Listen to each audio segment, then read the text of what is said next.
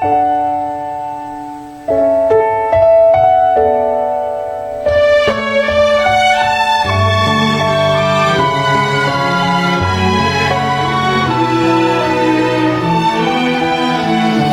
marinal daw po sa inyong mga tugang, nasa ika-19 Domingo po kita kan ordinaryong panahon niyan.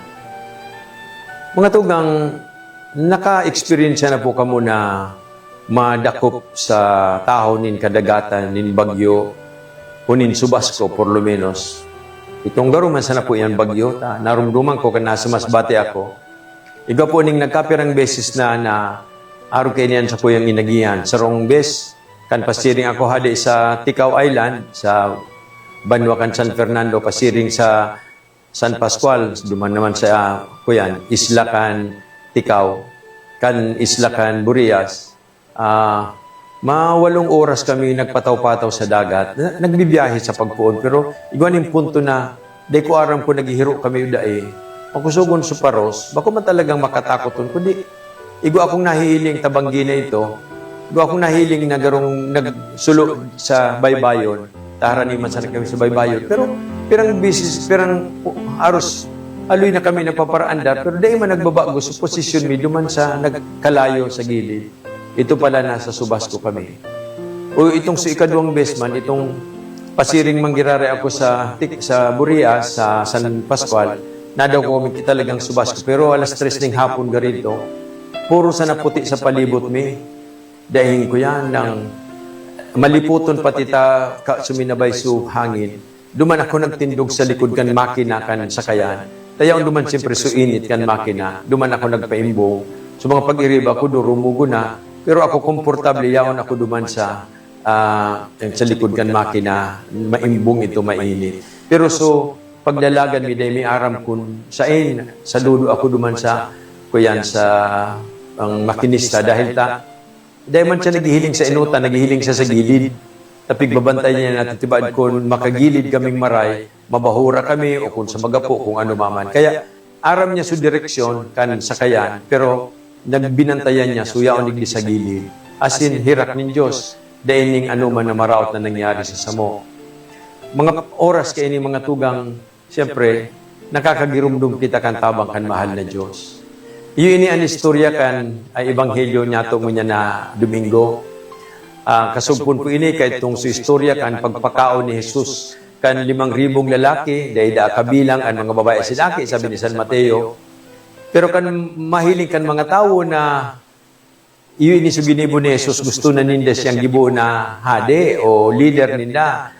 Susog sa istorya man ni San Juan sa sayang ebanghelyo.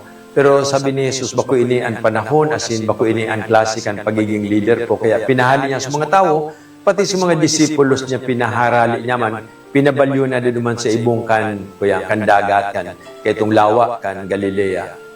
Paramintras na yaon duman sa tahaw kan lawa ang mga disipulo naka-experience sinda kaining subas ko itong malain na panahon na garuman sa nagbagyo. Asin sa tahaw kay ito na nakikilaban sinda sa paros, sigun sa istorya, naglakaw si Jesus duman sa ibabaw kan tubig. Asin mo niyan, kan mahiling ninda ini si Jesus paguna ninda multo, kaya nagkatarakot sinda. Sagkod na pigtaraman si Danin kagurangan, di ka mo matakot, ako ini. Ako ini. Mga tugang, mabalik po kita sa itong mga eksperyensya. May mga panahon talaga na ang bagyo garong dipisilon tang remedyuhan. Haloy kita nag-aagrangay sa mahal na Diyos, garong dahin niya kita dinadangog. Iguanin mga panahon na garong dahin na ning katapusan, ang bagyo, yarong nga ni katong na-experiensyan ni, dahil naghihiroan sa kayan, nag-aandar sa makina, pero so itong kalayo duman sa baybayon, arong dahil man naghihiro, yaon pa manggirari duman sa permanenteng posisyon na huri ko siyang nahiling, tuluman sa na kami duman sa sakayan na ito. Kaya, garong dailing pagbabago, itong inaagihan ming maraot na panahon. Pero, kaipuhan magtiwala. Magtiwala sa makinista, magtiwala na matatapos man sa ang subasko, itong malain na panahon. Asin magtiwala na itong sakayan, magdadanay na nakalataw. O magtiwala sa kagurangan, magtiwala na dahil nagpapabaya ang mahal na Diyos. sinabihan ni Jesus ang mga disipulo, di ka mo matakot, ta ako ini. Mga tugang, ako ini. Iyo ini ang tataramo na ginamit din sa tong kagurangnan, kan hinapot siya ni Moises duman sa bulod kan Horeb. Kaninot niyang maimpintro ang mahal na Diyos sa pagi itong daay na susulong tinanom, itong burning bush na pigaapod. Nagpamidbid ang kagurangnan, asin sinabi niya kay Moises na, pinili ta ka, sinusugo ta ka duman sa mga Israelita, tanadangog ko ang sa ilang inagrangay, ang sa ilang pagsakit, asin gigibuhon ta kang instrumento ni sa kong pagliligtas. Kunyan sabi ni Moises, ano po ang ngaran na sasabihin ko na nagsugo sa sako? Sabi ni kagurangnan, ako iyo si ako. Ako ini, iyo ini ang sabihin mo ngaran na nagsugo sa imo. Yahweh, iyo po ini ang original na meaning kay itong tataramo na maski ang mga Hudiyo ngani, takot na sambiton ninyo taurog kabanal ang ngaran na ini. Iyo man ini ang sinabi ni Jesus sa mga disipulo, ako iyo ini. Do not be afraid, it is I. Nakadangog na po kita kaya. Nagtiwala na kaya kita sa tataramo na ini ni kagurangnan sa tao din sa itong mga kadifisilan. Sa inot na pagbasa mga tugang, nadangog tayo itong istorya ni Elias na pinaduman siya nin kagurangnan sa bulod, asin sabi niya, maghalat ka duman sa pirtahan, kan ko'y bata, mapahiling ako sa imo.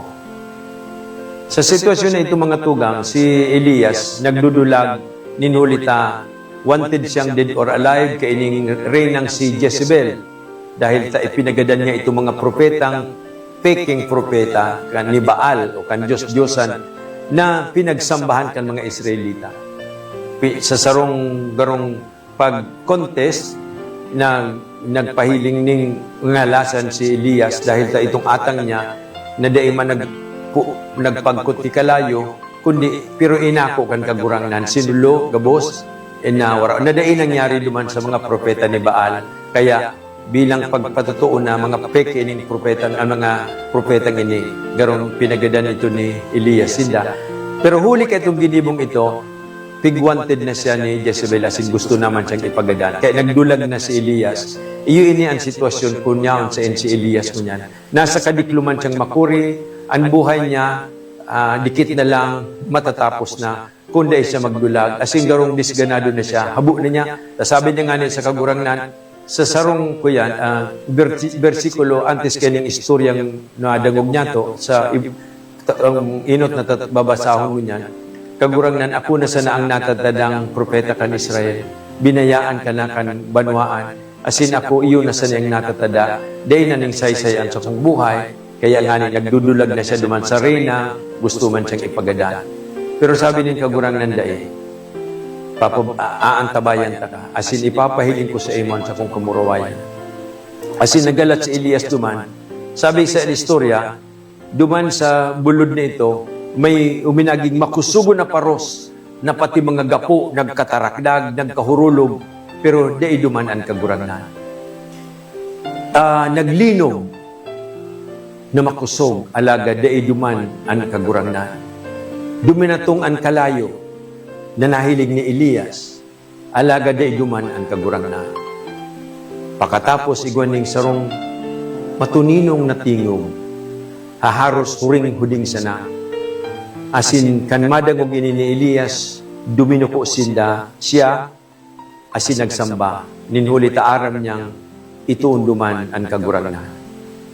Mga tugang, iyo ini ang mga inaatubang ta, kung minsan, sa taho kan sa itong mga pagsakit, asin kadipisilan, sa mga bagyo na sa itong inaagihan, o diklom na yan nakakapalibot sa itong buhay.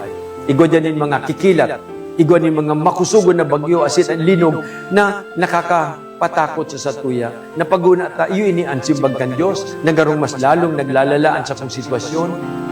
Pero kung minsan, nadanagog niya to, day ka matakot, ako ini. Asin padagos kitang nagtutubod, maski para paano sa kagurangan. Kinakaputan niya to ang sa tong pagtubod, asin aram ta, na day niya kita pababayaan. O kung minsan, araw kita kay Pedro, duman sa balik kita sa Ebanghelyo, kan madagog ni Pedro, nagsabi si Jesus, di ka mo matakot, ako ini.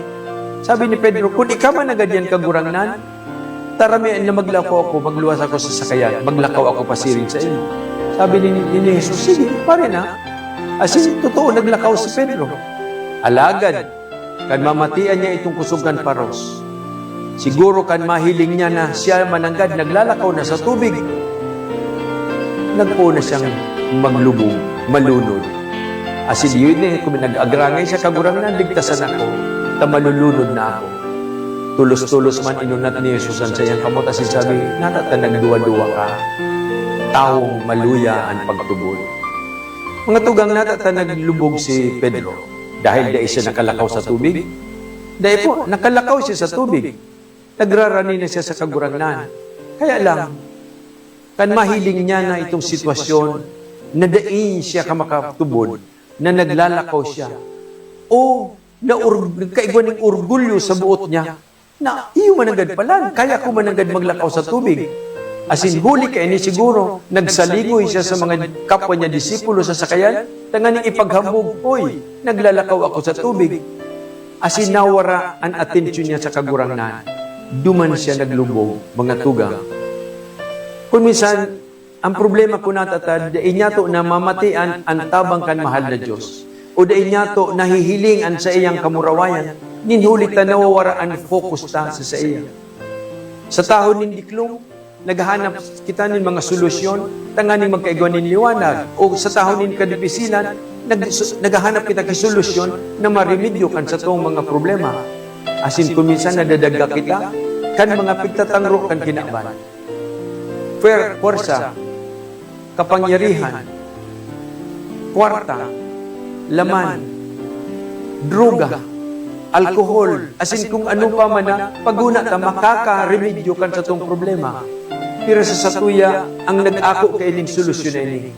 Asin nahiling ta, na daiman ini nakatao ng remedyo sa satuyang mga problema. Sa good na, mapasubsub na kita sa kagurangnan, nagpuon ng malunod kita, at sinagsabi kita, kagurangnan, ligtasan man ako, nalulunod na ako. Asin, natatayawan pa kita sa dugo niya, nagremedyo kita, nagtiwala kita sa mga bagay na kinabanon, o dahil nagdayupot kita na magtubod sa kapangyarihan kan mahal na Diyos. Uya ako, di ka matakot, ako ini. Pero mga tugang, totoo, bako man po ining magic na pag nasa tao kita ninyo ko yan, diklong, basta mag-agrangay sin kita, masa madadangog ta na tulos, at sabi ng kagurang na maski nga isa huring-huding na paagi arog ka na experience ni Elias. Na-experience nito ni Elias, ninhulit na nagtutubod siya sa kagurangnan.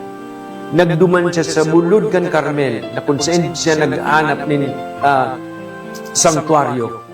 Ninhulit na aram niya, yaong duman ang tabang kan kagurangnan. Si Pedro, nagsuriyaw sa kagurangnan, tabangi man ako kagurangnan, nalulunod ako. Inunat niyan sa iyang kamot, asin tinabangan siya ni kagurangnan. Ninhulit na nagtiwala siya. Sa tao kay itong pagkukulang, siguro kan sa iyang sadiring ambisyon o pagka mapaabaw-abaw, si Pedro nagtiwala. Dahil siya, pababayaan kan kagurangnan. Sa iyo po inihiguran, hinahagad man sa sato, sa mga aldaw na ini. Sa satuyang paggurupuro, sa atubang nin mga kadifisina, sa itong pagtios, sa mga problemang dahil nariremedyohan, sa rong bagay na garong dainan ng solusyon, sitwasyon ni kadipisina na yaon nila. Nagtataraman mahal na Diyos. Tawan siya niya to nin espasyo, nin oportunidad na mapatunayan na uya siya sa sato. As hindi kita dapat matakot.